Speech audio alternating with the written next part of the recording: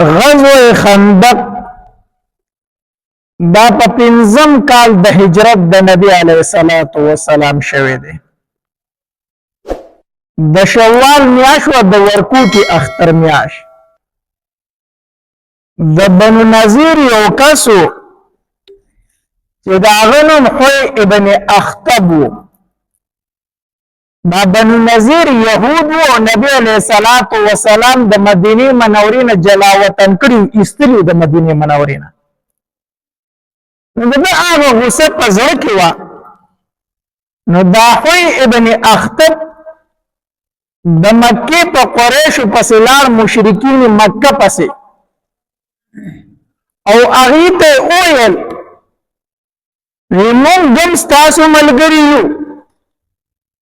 او په مدینه منوره کې زموږ وروڼه بنو قریظه هم پاتې کېږي، هغه به هم ستاسو ملګري، او د خیبر چې کوم یهود دي هغه به در سره ملګري، او ګرځي د عربو چې څومره قبیلې دي دا ټولې راټولو، او راځئ چې په مسلمانانو باندې حمله وکړو، ختم یې کړو، بیخکني وکړو، په مدینه منوره باندې حمله کوو. نو د مکې مشرکین چې دا خو د نبی علیه السلام د مخکې نه دشمنانو، د مسلمانانو د بیخکنۍ پسې هغوی هسې لیدلي وو، خو زړه یې نشو کولی چې په مسلمانانو باندې حمله وکړي، ځکه خپل انجام په غزوه بدر کې هم لیدلی، په غزوه احد کې هم لیدلی، نو زړه یې نشو کولی چې په مسلمانانو حمله وکړي. نو د خوی ابن اخطب ورته وویل دا ځل در سره موږ تمام عرب یو ځای کوو او راځئ په مدینه منوره به حمله وکړو، مسلمانان به ختم کړو. د مکې مشرکین په دې باندې رضا شو. بل یو کافر د هغه نوم دی کنانه ابن ربیع، دی لاړو او د مکې او د مدینې منورې په دې منځ کې یوه قبیله پاتې کېدله چې هغې ته به بنو عطفان وي. نو بنو عطفان چې دا اجرتیان خلک وو، هسې د سارا غونته خلک مو اجرتیان وو، چا به چې مړی کوو ډېرې به پیسې مرسې ورکړه، دوی به پیسو باندې مړي کول.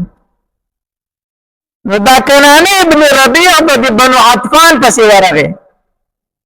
ویه تاسو د مکې د مشرکینو ملګرتیا وکړئ، ځکه ستاسو دین او د دوی دین خو یو دی،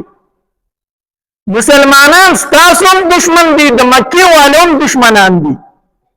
هغې د حملې اراده کړې ده، نو تاسو ورسره ملګرتیا وکړئ چې دا مسلمانان په یړه باندې ختم کړو. دا خو اجرتیان خلکو د هغوی د پیسو سره کارو، نو تمه یې وله هم ورکړه، تمه یې وله دا ورکړه وی د خیبر چې څومره کجوري کېږي که نه د هغې نیمې کجوري به مونږ تاسو له درکړو. اوس دا خو لوی مال دی که نه، یو سړي ته ته ووایي زما ملګرتیا وکړه او د بونیر چې څومره غنم دي نو دا نیم غنم به تاله درکومه، نو دا خو څه لږ فصل نه دی. نو کنانه ابن ربیع د بنو عطفان ته وویل د خیبر چې څومره کجوري دي، مشهورې کجوري دي، د هغې نیمې کجوري به موږ تاسو له درکړو، خو ملګرتیا خو وکړئ. بنو عطفان هم تیار شو، دا خو سخت جنګجو خلک وو، مړي به یې په پیسو کول، بدماشان به یې خلکو له ورکول په پیسو باندې، دوی ورسره هم ملګري شو. دلته نبی علیه الصلاۃ والسلام ته خبر راورسېدو چې یاره بنو نذیر یو چال چلولی دی، هغې په خپله هم د خیبر یهود هم د مکې مشرکین هم بنو عطفان هم دا ټول راجمع شوي دی او په مسلمانانو باندې حمله کول غواړي. څه وکړو؟ نبی علیه السلام پریشانۍ کې شو. دلته نبی علیه الصلاۃ والسلام خپل صحابه کرام راټول کړو په مسجد نبوي کې، مشوره ترېنه اخلي. څه وکړو؟ ټول عرب زمون خلاف یو ځای شوي دي، په موږ باندې حمله کول غواړي، څنګه به ځان بچ کړو؟ تاسو ماله مشوره راکړئ. هر صحابي به مشوره ورکوله جدا جدا. په دې کې سلمان فارسي رضی الله تعالی عنه هم ناست و. سلمان فارسي رضی الله تعالی عنه پاڅېدو، ویې د الله پاکه پیغمبره موږ باندې به په پارس کې چې کله داسې هنګامي حالات راغلو، یو مشکل به راغلو، نو موږ به یو کار کوو، د کوم طرف نه به چې موږ ته خطره وه موږ به هغې طرف ته کنده وکنسته، خندق وکنستو، بس دی خو به موږ ناستو دشمن به چې د کم د غاړې له راغی په موږ پسې به نه شو راتلی ځکه اوښان دي اسونه دي پیدل دي دا خو په اوانه شو تللی که نه نو د خندق نه به دې خوا نه شو راتلی نو دشمن به اخوا پاتې شو موږ به دې خوا پاتې شو نبی علیه الصلاة والسلام ته دا مشوره ډېره زیاته خوښه راغله د سلمان فارسي رضی الله تعالی عنه او نبی علیه الصلاة والسلام فرمایل راځئ چې په دې باندې عمل وکړو نو جبل سرع ورته ویلی شي د هغې خواته نبی علیه الصلاة والسلام چې کوم مدینې منورې ته د راداخلېدو لار وه هلته نبی علیه الصلاة والسلام په خپله نقشه کېښودله داسې کرښې په خپله راوکاږلې د خندق 10 میله خندق و 10 میله خندق او 10 ګزه 10 کسانو ته حواله کړو 10 کسه به 10 ګزه ځای څه کوي کني دا نبی رسول الله په خپله دا نقشه ورته وکړه صحابه کرام شروع شو خندق کني او نبی علیه الصلاة والسلام په خپله هم لګیا د خندق کني د خندق پوره کامل کېدل دا صرف په شپږو ورځو کې وشو 10 میله خندق په شپږو ورځو کې وکنستلی شو دا وکنستلی شو بعض روایت کې راځي 20 ورځې بعض روایت کې راځي 6 ورځې هم محدثین تطبیق داسې کړی وی خندق کنستلی شو په 6 ورځو کې بیا د نور څومره بچو تدابیر چې دي هغه صحابه کرامو چې پوره کول په هغه باندې 20 ورځې لګېدلې وي خو خندق پوره شوی و په 6 ورځو کې نبی علیہ الصلوۃ والسلام په خپل هم لګیا دی حدیث مبارک کې راځي جابر رضی الله تعالی فرمایي وی نبی علیہ الصلوۃ والسلام نے په خپل اولیدو چې د نبی علیہ السلام په خېټه مبارکه باندې خاورې پرتې وي مونږ به خاورې ورته اولې نبی علیہ السلام به هم خاوره ورته اوله مونږ به ګټې اوچتولې نبی علیہ السلام به په خپل هم څه اوچتولې ګټې اوچتولې د صحابه کرامو سره په خپل باندې لګیا دی او چې د خندق شروع کوله نو حدیث مبارک کې راځي لومبۍ پوداله نبی علیہ السلام په خپله راواچوله او بسم الله یې او ګزار راواچه بسم الله سره شروع کړه بیا صحابه کرام شروع شو هر لسو کسانو خپل خپل ځای کنستو چې کله خندق کنستلی شو نو صحابه کرام د ډېرې جذبې نه شعرونه شروع کړو یو صحابي پکې چغه وکړه نحن الذي بايعوا محمدا على الجهاد ما بقينا ابدا ډېر ستړي وو کنه صحابه کرام ستړي وو ډېر زیاتو یو بل ته قادسالي وه بل بل ته سخت جمع و ډېر سخته یخني وه یخ بادونه چلېدل په دې یخنۍ کې به سړي اصلي لوږه ډېره لګي نو یخني هم وه بادونه هم یخ چلېدل او ډوډۍ هم نه وه او کلستر هم ډېر زیات و نو صحابي پکې شروع کړو نحن الذي بايعوا محمدا على الجهاد ما بقينا ابدا موږ د نبی علیه الصلاة والسلام سره په دې خبر باندې بیعت کړی دی چې د الله پاک پیغمبر تر څو چې ستا په حفاظت کې به موږ جهاد کوو موږ د نبی علیه الصلاة والسلام سره په دې خبر باندې بیعت کړی دی تر څو چې موږ موجود یو باقي یو موږ به جهاد کوو موږ په دې خبره د نبی علیه السلام سره څه کړی دی بیعت کړی دی د نبی علیه السلام خوشحاله و چې د الله پاک پیغمبر ګورې موږ وروستو کېدونکي نه یو موږ ستا سره ولاړ یو نبی علیه الصلاة والسلام چې د هغې دا شعرونه واورېده که نه نبی علیه السلام ورته جواب په شعر کې ورکړو وی اللهم لا عیش الا عیش الاخره فاغفر للانصار والمهاجره الله ژوند چې دی دا خو د آخرت ژوند دی د دنیا داسې ژوند دی الله ژوند د آخرت دی نو فاغفر للانصار والمهاجره الله د انصار او مهاجرو ته مغفرت نصیب کا الله دې ته بخنه وکړه او کله به نبی علیہ الصلوۃ والسلام فرمایي اللهم انه لا خير الا خير الاخره فبارك في الانصار والمهاجره الله خیر خو د آخرت خیر دی الله د مهاجر او انصار له ډېر برکتونه ورکړه نبی علیہ السلام به دا جواب ورکړو او د هغې طرفه به ورته صحابه کرام وویل نحن الذي بايعوا محمدا على الجهاد ما بقينا ابدا او یو ځل نبی علیہ الصلوۃ والسلام فرمایل والله لولا الله ما اهتدينا فانزلنا سكينة علينا ولا تصدقنا ولا صلينا وثبت الاقدام اللاقينا نبی علیہ السلام فرمایل وی الله کو تا مونږ ته هدایت نه کړې کنه تامن ته هدایت نه کړي نو ولا تصدقنا ولا صلينا نه به موږ صدقه ورکړو نه به موږ مونږ کړو وثبت الاقدام الله قینا الله کوم د کافر سره مخامخ شو الله زمون قدمونه مضبوط وساته نبی علیہ السلام به دا اشعار ویلو دا غالبا د عبد الله بن رواحه رضی الله تعالی عنہ اشعار دي نبی علیہ السلام په خپل اشعار نشو وی نه نبی علیہ السلام په خپل اشعار نه دی دا د عبد الله بن رواحه رضی الله تعالی عنہ اشعار دي نبی علیہ السلام په دغه مکباني صحابه کرام متول یو دین علماء لیکي وی کو چرته داس یو مکوي چې د مرګرو جذبه روچتای مرګري ستړي شي دی هغه په جذبه کې راولي وی داغي د پاره ته اشعار ویل شي دینی اشعار ها دینی اشعار ته ویل شي لکه په غزوه خندق کې صحابه کرام هم اشعار ویل دي او نبی عليه الصلاه والسلام اشعار ویل دي نبی عليه الصلاه والسلام فرمایل وی ان الاولى قد بغوا علينا اذا ارادوا فتنه ابينا الله د خلق په مونږ باندې ډېر ظلمونه کړی دي د مکیوالو په مونږ باندې ډېر ظلمونه کړی دي دوی اراده کوله چې مونږ کفر او شرک واپس کړو ابینا مونږ انکار کړی دی موږ څه کړی د نبی رسول الله سلام بو فرمایل ان ارادوا فتنه ابینا دوی اراده کوي چې مونږ کفر ته واپس کړو مونږ انکار کړو نو صحابه کرام وو سره په جواب باندې په تیز आवाज وی ابینا مونږ انکار کړو مونږ کفر او شرک ته واپس نیزو دا اشعار به ویل نبی علیہ السلام او صحابه کرام سره برغلی دیو دیو جن علماء لیکي وی چرته داس یو مکوي چې پای کې مرګري ته جذبه کې راولي خوشاله وي نو ته دینی اشعار ویل شي دینی اشعار ته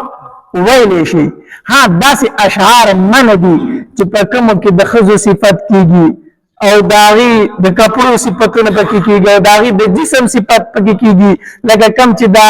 دمان دا تفهیم فی کوي کنه دین احادیث مبارکه کې من راغلي دا داسې اشعار ویل جایز نه دي ها داسې اشعار ته ویل شي چې پاره کې د نبی علیہ الصلوۃ والسلام مدح او صفات بیانېږي او د الله مدح پکې بیانېږي داسې اشعار ته ویل شي حسان ابن ثابت رضی الله تعالی عنہ هم د نبی علیہ الصلوۃ والسلام مدح کې اشعار ویلو یو ځل مشرکین مکه د نبی علیہ الصلوۃ والسلام په شان کې سب ګستاخانه اشعار ویل د نبی علیہ الصلوۃ والسلام بد پکې بیان کړو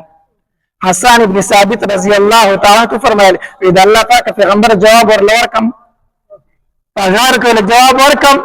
دا سه جواب ورکم چې یاد به ساتي نبی علیہ الصلوۃ والسلام فرمایل حسان ابن ثابت کیف بنسب زما د نسب سره بسکای کیف بنسب زما د نسب سره بسکای تب قریش په بده یادای کنه تب بنو هاشم په بده باندې یادای کنه نو دا خو زما نسب دی نو تر قیامت پورې به خلک دې ته به دې په اشعار کې یادای نو کیف بنسب دا خو زما د نسب خلک دی نو ته چې دې په بده یادای نو دا خو زما د نسب بد بیان ودی تر قیامت پورې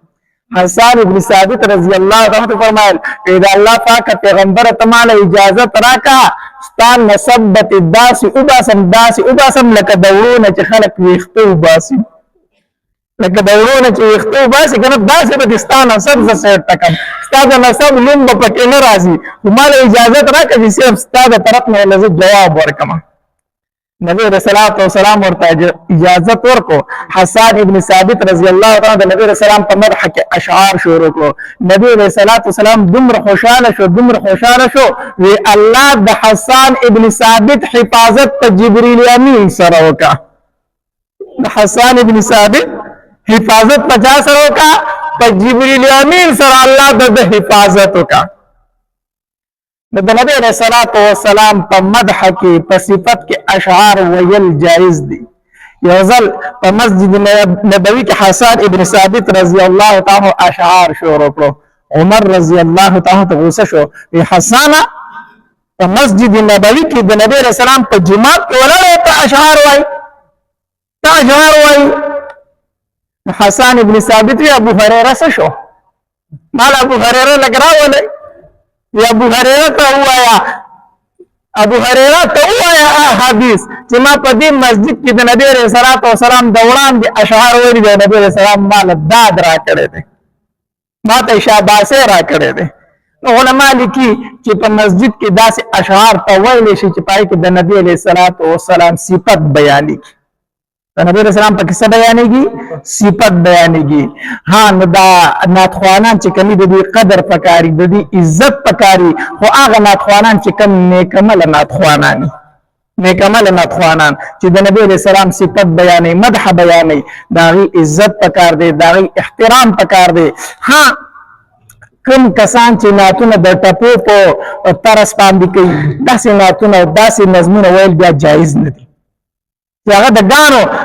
په طرز باندې نعتونه وایي، نو داسې جایز نه دي.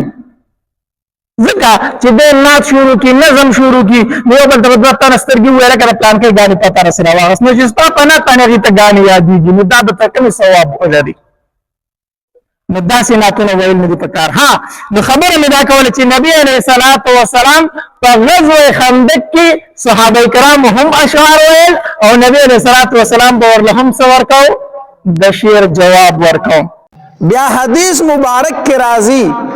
نبی علیه الصلاۃ والسلام فرمایي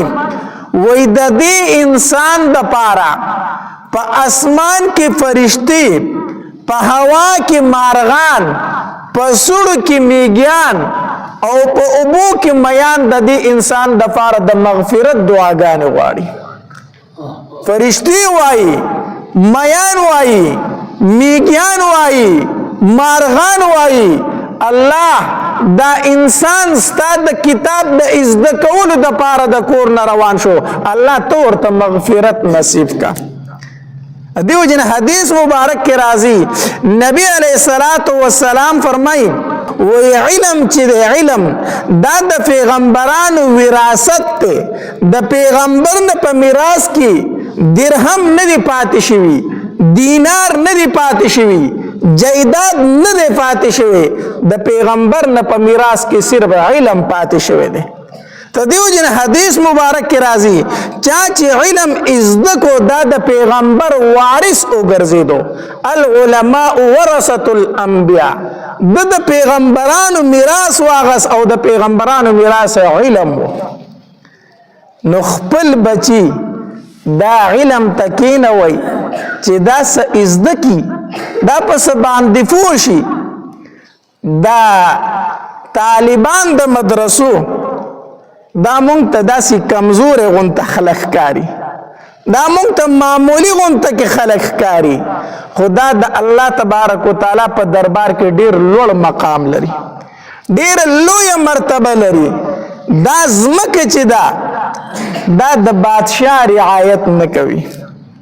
دا د وزیر رعایت نه کوي، دا د خان او د ملک رعایت نه کوي، د زمانی بادشاہ دے، وزیر دے، ملک تے، نواب دے، دا چې دی پدی خورو کې خودو دا ازمکه د لحاظ نه کوي. دا نه وي دا ازمکه چې زما غیږي ته بادشاہ راغی، زما غیږي ته ملک راغی، زما غیږي ته وزیر راغی. دا ازمکه چې رعایت کوي صرف د حافظ قرآن رعایت کوي. د دې مدرسې د دې طالب زو تو چې ورته چڼې وایو دا ځمکه د دې رعایت کوي. حدیث مبارک کې راځي نبی علیہ الصلوۃ والسلام فرمایي اذا مات حامل القرآن، کله چې حافظ قرآن وفات شي، اوحى الله الى الارض، الله تبارک وتعالی ځمکې ته وحی وکي الله تاکل لحما، ځمکې د دې حافظ قرآن غوښې به ته نه خوري. په ځمکه باندې الله د حافظ قرآن غوښې حرام کړي دي. ځمکې د دې حافظ قرآن غوښې به نه خوري. دا معمولی انسان نه دی، د ده په سینه کې 6666 آیتونه مبارکه پراته دي، د ده په سینه کې د بخاري احادیث پراته دي، د ده په سینه کې د مسلم شریف احادیث مبارکه پراته دي. الله تاکل لحما، ځمکې د دې حافظ قرآن غوښې به نه خوري. ځمکه جواب ورکوي الله تبارک وتعالی ته قالت الارض زمک وای ای وربی ای زما ربا کیف آکل لحما زب څنګه د غوښې خورما وکلامک فی جوفی د چا پسینه کې چې ستا کلام پروت دی زمکه وی الله د غوښې زه څنګه خورم د پسینه کې خو ستا کلام پروت دی نو زه به د غوښې څنګه خورم زمکه د هیڅ چا لحاظ نه کوي زمکه د هیڅ چا رعایت نه کوي د بادشاه نه کوي د وزیر نه کوي د ملک نه کوي زمکه چې رعایت کوي د حافظ قرآن رعایت کوي حدیث مبارک کے راضی نبی علیہ الصلوۃ والسلام فرمائی من جاءه الموت خو انسان چاغت مرگ راشي وهو يطلب العلم پداس شان کې چې د علم ازده کو یو انسان دی او هغه ته مرګ راغی او د طلب د علم کې د قرآن علم ازده کو د حدیث علم ازده کو حدیث مبارک کې راځي ليحيي به الاسلام علم دې د پاره نه ازده کو چې ما ته په امامتي میلو شي علم د معارضو د پاره د جګړو د پاره نه ازده کو علم دې د پاره نه ازده کو چې زبل سړی سپک کم او کمزور کم او ځان په اوچت ثابت کم علم دې د پاره نه ازده کو چې ما ته شهرت میلو شو ما ته مشهورتیا میلو شو خلک بو چې لوی عالم دی او خلک به ما ته کینی او پاسی نه کو علم دې د پاره ازده کو چې په علم باندې زه شهرت او ګټم مشهور شم په خلق بو چې لوی عالم دی کو علم دی د دې د پاره ازده کو چې ما ته په دنیا میلو شي د الله د رضا د پاره د علم نه ازده کو ته د عالم متعلق نبی علیه الصلاۃ والسلام فرمایي وای اور د جهنم په عمل عالم باندې ګرمول شي داسې عالم چې په خپل علم باندې عمل نشته دی نو نبی علیہ الصلوۃ والسلام فرمایي په داسې عالم به اور د جهنم ګرمول شي یعنی د ټول نه مخکې به دې ورته غورځول شي نو حدیث مبارک کې راځي ليحيي به الاسلام علم ازده کو د نور مقصد د پاره نه د نور مطلب د پاره نه صرف اور صرف مقصد او غرض دا چې اسلام په ژوند وکم زه په د دین اسلام خدمت وکم زه خلکو ته د الله کتاب ورسوم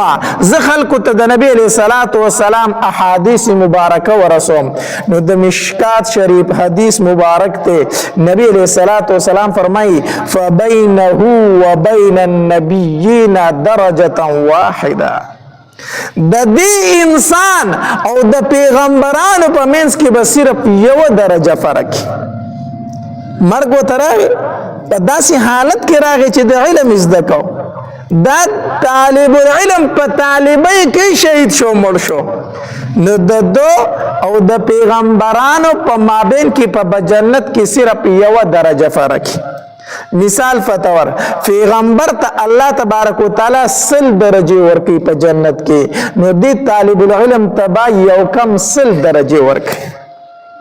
او دا یو درجه د ته ولی نه ملاویږي ځکه هغه انبیا دي پیغمبران دي او دی پیغمبر نه دي دی به ځکه د نو مقصد دا دی چاته چې په طلب د علم کې مرګ راغی دی به د پیغمبرانو په گاون کې پاتې کېږي دی به د پیغمبر گاونډي مونږ ټولو ته دی الله تبارک وتعالی په داسې حالت کې مرګ راکړي چې مونږ په طلب د علم کې یو علماء لیکلی دي و یو سړی دی او هغه ته دا فتح ولګي ته چې زم مړ کېږم د دې په دې وخت کې کوم عمل وکړي چې په هغه عمل کې د مرګ راشي او د دنیا نه پکې رخصت شي کوم عمل دی وکړي تا ته به څنګه پته لګي کله کله ډاکټرانې چوټي کې کنه یا زه ته په پوهیږم چې د حالت سخت دی د مرګ دی نو دې په دې ټیم کې کوم عمل شروع کی چې دې په عمل کې د دنیا نه رخصت شي علماء لیکلي په دې ټیم کې د دې طالب د علم جوړ شي طالب د علم دی جوړ شي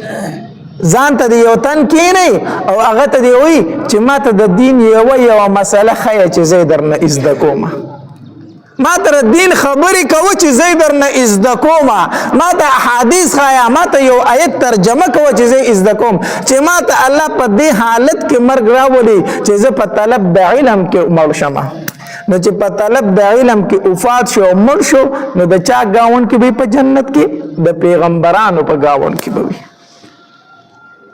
علم دومره لوی سیز دی دومره لوړ مقام لري دومره لویه مرتبه لري الله حدیث مبارک کے راضی نبی علیہ الصلوۃ والسلام فرمائی وی اذا مات الانسان انقطع عنه عمله الا الثلاث نبی علیہ الصلوۃ والسلام فرمائی حدیث مبارک تے کله چې یو انسان وفات شي د اعمال سلسله ختم شوه کله چې انسان مړ شي د اعمالو سلسله څه شوله ختمه شوه دا خو موږ ژوندي یو الحمدلله مونځ هم کو ذکر هم کو حجونه هم کو تلاوتونه هم کو عمرې هم تللی شو هر نیک عمل کولی شو چې ژوندي یو خو چې کله مړ شو د اعمالو سلسله څه شوله ختمه شوه خو نبی علیہ السلام فرمای الا الثلاث درې اعمال داسې دي چې پس د مرګم انسان ته د هغې ثوابونه میلاویږي یو په هغې کې نبی علیہ السلام فرمایي صدقه جاریه صدقه جاریه په خپل ژوندانه باندې جومات رخ کړی دی مدرسه دې رخ کړې ده لاره دې رخ کړې ده کوی دی استره دی او خلق راضی د هغې نه اوبس کی یا پې اودسونه کوي منځونه کوي ته مړ یې په قبر کې پروتي په لحد کې پروتي په دې جماعت کې په دې مدرسه کې چې څومره خلق سبقونه وایي تا ته په مفتو کې د هغې ثوابونه در رسي کوی دی استره دی خلق د هغې نه اوبس کی ته مړ یې په لحد کې پروتي خو څوک چې د هغې نه اوبس کی د هغې ثواب تا ته میلاویږي یو نبی علیہ الصلوۃ والسلام فرمائی صدقه جاریه صدقه جاریه دویم نبی علیہ الصلوۃ والسلام فرمائی وی فز د مرګ چې انسان ته د هغې ثواب میلاویږي ولد صالح یدعو له نیک عمله بچی دی څه شی دی نیک عمله بچی دی په خپل ژوندانه باندې د بچي صحیح تربیت یې کړی دی قرآن دې ورته ښودلی حدیث دې ورته ښودلی دي ته په قبر کې پروتې دا بچی چې مونځ وکړي دې لاس اوچت کړي وی رب ارحمهما کما ربیاني صغیرا اے رب زما په مور او پلار باندې رحم وکړي څنګه چې په وړوکوالي کې زما تربیت کړی دی مقصد دا دی الله زما په مور او پلار باندې داسې خفه شه څنګه چې په وړوکوالي کې په ما باندې خفه کېدل علماء لیکلي وی هیڅ یو بچی د مور او پلار حق نشي ادا کولی سیوا د هغې بچي نه چې کم بچی د فرض مانځه نه وروستو دا وظیفه 3 پیرې کوي رب ارحمهما کما ربیاني صغیرا کم بچی چې دا وظیفه د مانځه نه وروستو 3 پیرې کوي ګویا چې دې بچي د مور او پلار حق ادا کو مور او پلار یې څه کو حق ادا کو دغه بچی دی د قرآن را واخلي وی الف لام میم د څو نیکۍ میلاو شي 10 نیکۍ د مور او پلار ته په قبر کې په مفتو کې 10 نیکۍ میلاو شي ولد صالح نیک عمله بچی نیک عمله بچی تای تربیت ښه کړی قرآن دی ورته ښودلی حدیث دی ورته ښودلی دي کتابونو یو واقع لیکلې ده عیسی علیہ السلام په لاره باندې تیریدو یو قبر والا چې الله تبارک وتعالی هغه قبر والا ته ډیر سخت عذاب ورکو په قبر کې او دا د عیسی علیہ السلام معجزه وا الله تبارک وتعالی ورته د قبر والو حالت خودو چیرې دې قبر کې په دې مړي باندې عذاب دی او که د الله په رحمتونو کې دی دا حالت په عیسی علیہ السلام ته الله تبارک وتعالی خودو نو په یو قبر تیریدو قبر والا ته ډیر سخت عذاب میلاویږي سړی مو د پس عیسی علیہ السلام بیا په دغه لاره تیریدو سګوري چې قبر والا د جنت په نعمتونو کې ناشته د جنت په باغچو کې ناشته عیسی علیہ السلام داسې اسمان ته وکتل وی الله لوی بادشاہي دې د څوک درنو تپوس نشي کولای نو سموده مخکې په دې ترتلم دا مړی دا انسانو چې تا ورته عذاب ورکو او اوس هغه انسان دی هغه د جنت په نعمتونو کې ناست دی ستا په هر کار کې حکمت ته څوک درنه تپوس نشي کولی الله تبارک وتعالی فورا وحی په عیسی علیه السلام نازل کړه وی ای عیسی ته په دې خبره په تعجب کې فریوتی چې مخکې ورته عذاب میلاوي ده اوس په جنت کې دی په دې خبره کې په تعجب کې عیسی علیه السلام فرمایلی او الله عیسی ووره دا انسان چې کله مړ کېدو نو دې په خپله دومره نیک عمله انسان نو د ګناهونه زیاتو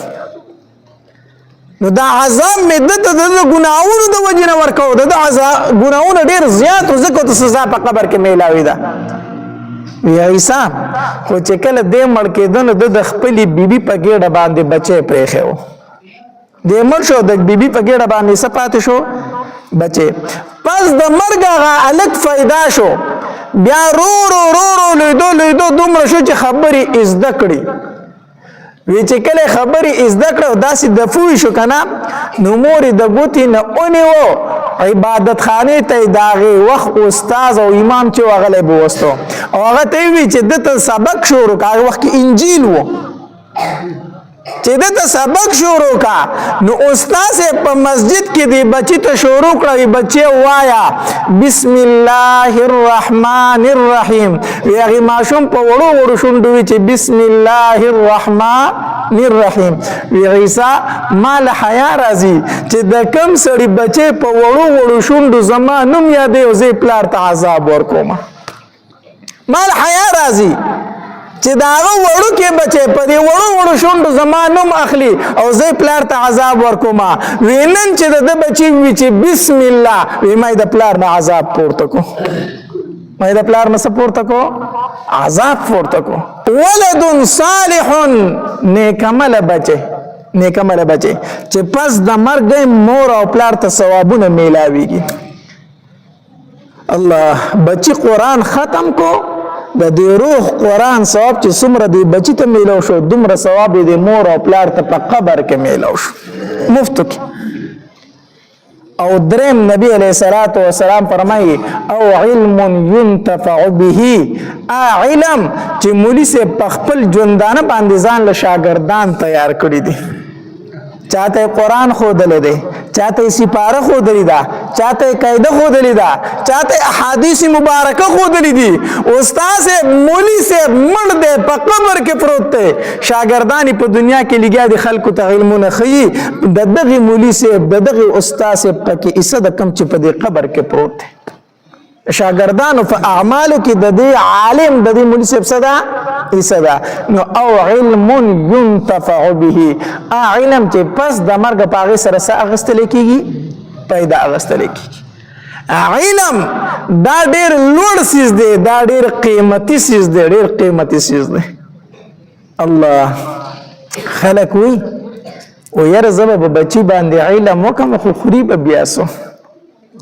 زبا بچی باندې علم وکم مدرسې ته به بوزم خو خوري بسو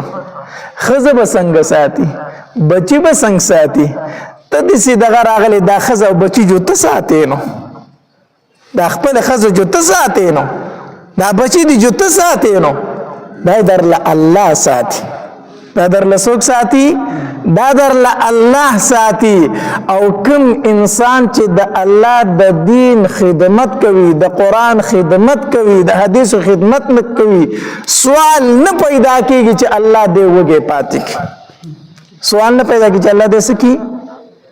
عالم بهله وګه پاتې کیږي کنه چې کله د الله خزانه ختم شي او د الله خزانه ختميږي نه نو عالم وګه پاتې کیږي نه پښه کنه ځکه چې کم انسان د الله د دین خدمت کوي الله به هغه ته څنګه نه ورکوي چې فاسق او فاجر ته ورکوي هغه ته به څنګه نه ورکوي الله نو تاسو به درنه پوری دانی اوریدلی چې پلان کې مولوی صاحب د غریبۍ د وجې نه خودکشي وکړه چې تا اورېدلي خو دې په اخبار کې په ټي وي کې په خبرونو کې چې دا خبره تاسو اورېدلي چې پلان کې مولوي صاحب د غربت د وجې نه څه وکړه خودکشي وکړه او نور به داسې ډېر خبرونه تاسو ته میلاویږي چا وایي بچي ووژله او ښځه یې وژله بیا یې ځان هم ووجه خو د مولوي صاحب او د عالم صاحب متعلق په دا خبره تاسو ته مخکې را نه شي حالانکه د مولوي صاحب چې زیات نه زیات هی تنخوا وي 10,000 او 15,000 دا هاي تنخواه ده اوچته تنخواه ده مونږ چې ته وویل که تعالی څو تنخواه درکړي ماله 15,000 لکه دا خو تعالی ډېره غټه تنخواه درکوي یاره ها مختمم دی جو مالدار دی دا خو تعالی ډېره غټه تنخواه درکوي دا غټه تنخواه حسابېږي الله او بیا هم په هغې کې هغه ښکلې تر و تازه دی دا ولې حدیث مبارک کې راځي نبی علیه الصلاة والسلام فرمایي وایي تر و تازه دی وي هغه انسان چې زما حدیث مبارک کې واورېد هغه یاد کو او د هغې نه مخکې بل ته ورسه تر و تازه دی وي دغه انسان نو دا مولان احادیث مبارکه په خپل هم یادوي مخکې نورو ته هم رسوي دی به ټول عمر تر و تازه غوړ او زیړ وي انشاءالله ځکه دا دعا د چا ده د نبی علیه الصلاة والسلام نو دی وی خوري بسو بیا به څه کوي الله نو د خپلو بچو نه عالمان جوړ کړي د خپلو بچو نه حافظان جوړ کړي